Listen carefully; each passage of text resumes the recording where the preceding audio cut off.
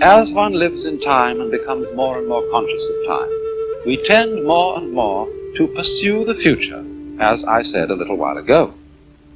And as we pursue the future, present time becomes more and more unsatisfactory, and we feel that we have to chase our happiness at greater and greater speeds.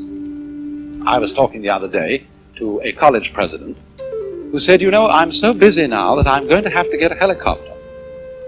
I said, "Whatever you do, don't do it, because if you get it, more will be expected of you. You'll be expected to go to more places faster." And you see, in this whole problem of speed, of getting advantages in life because we can move about rapidly, we forget that speed is only of real advantage to you if you're the only person who has it. Then you can get ahead of other people. But the minute everybody else catches up with you, you're all back where you were, only going much faster and much more nervously, going, as it were, faster and faster to less and less desirable objectives. We hurry everything we do.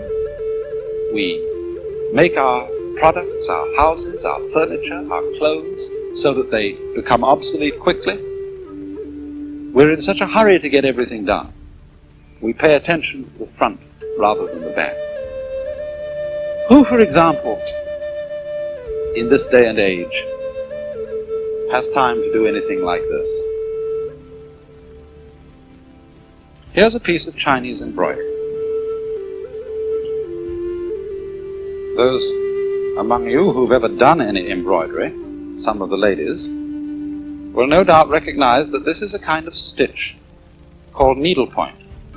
It's done on a material made up of minute little squares of thread, like a grid or lattice thread. And this work here is so minute that there are 1,024 stitches to the square inch. So well done, furthermore, that if you turn it over and look at the back is almost as neat as the front.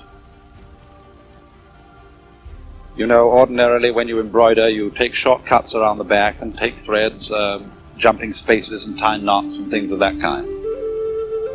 But here, no hurry.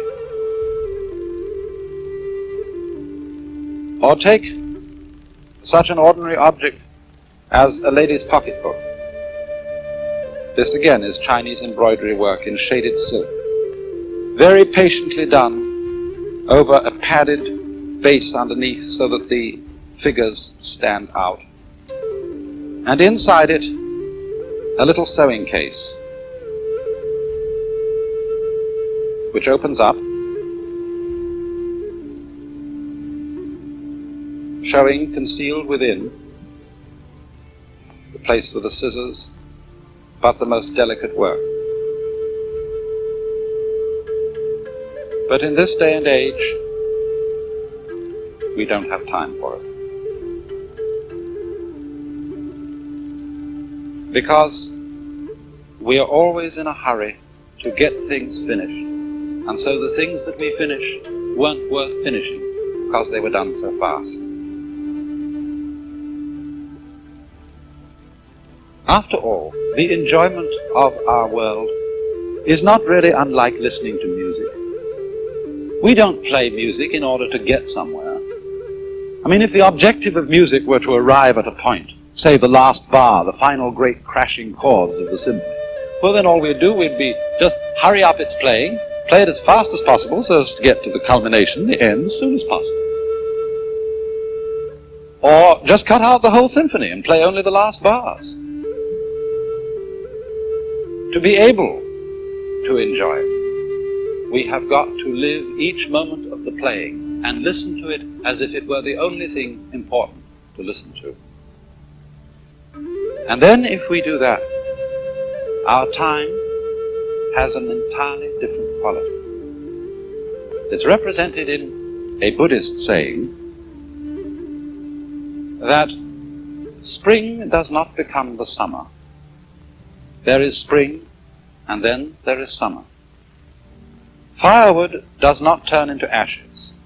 There is first firewood, and then there are ashes.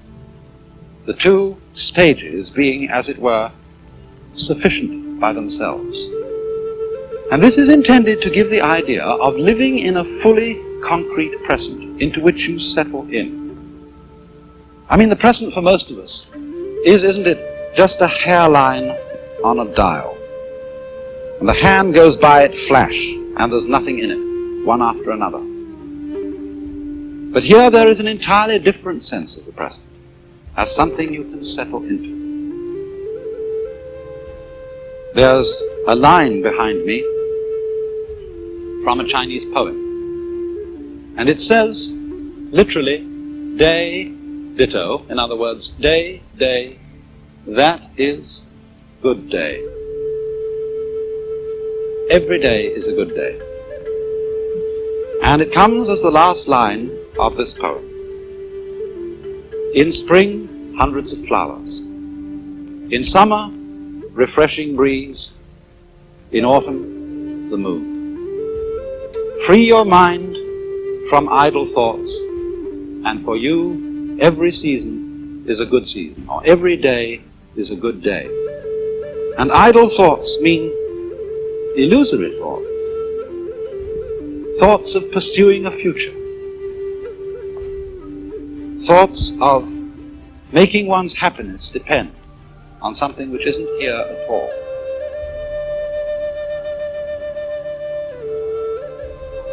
But when one can come to realize that the present is the only place in which you live, and that the past and the future are now no more than useful illusions, still useful, but useful only if one can live in the present, then, as I say, one can settle into full participation with the momentary reality of life as it goes along, just like music. And so in the arts of the Far East, there is reflected a kind of delight in momentariness. One can really consider, for example, this stem of a broken bamboo.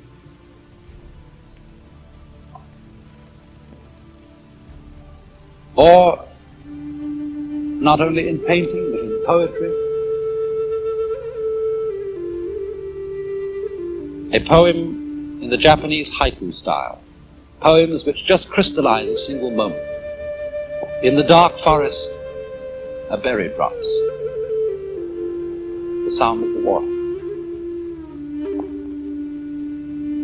Or a painting of a man sitting all alone in his boat and listening to the water. He's not asleep. He's not dreaming. He's a man living in an entirely real world, a world which we neglect because we have no time to sit and listen to the water. After all, are not the memories which you go over memories which persuade you that it's really worth being alive, really memories of certain moments in which life itself brought you completely awake? I know we all think of things like the smell of coffee and bacon cooking on an autumn morning, the smell of burning leaves.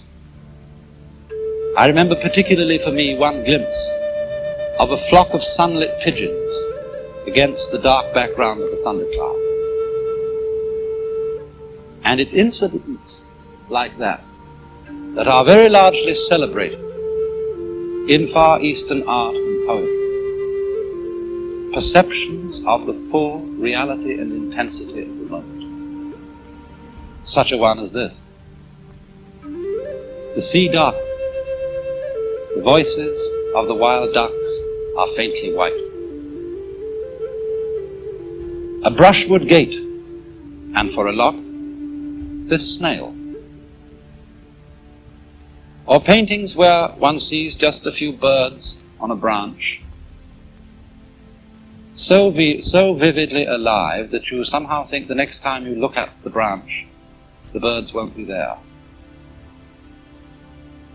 This is all an art form possible for people who feel themselves to be living in this real momentary world. I remember once a very wise man who used to give lectures on philosophical matters of this kind. Before he started giving any lecture, would sit for a while looking at his audience very intently like this.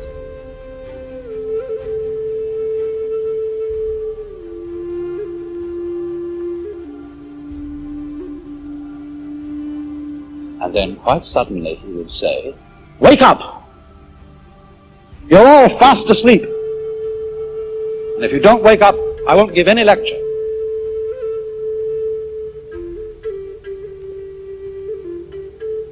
And another Chinese sage pointed one day to some flowers while talking to a friend and said, "Most people look at these as if they were in a dream."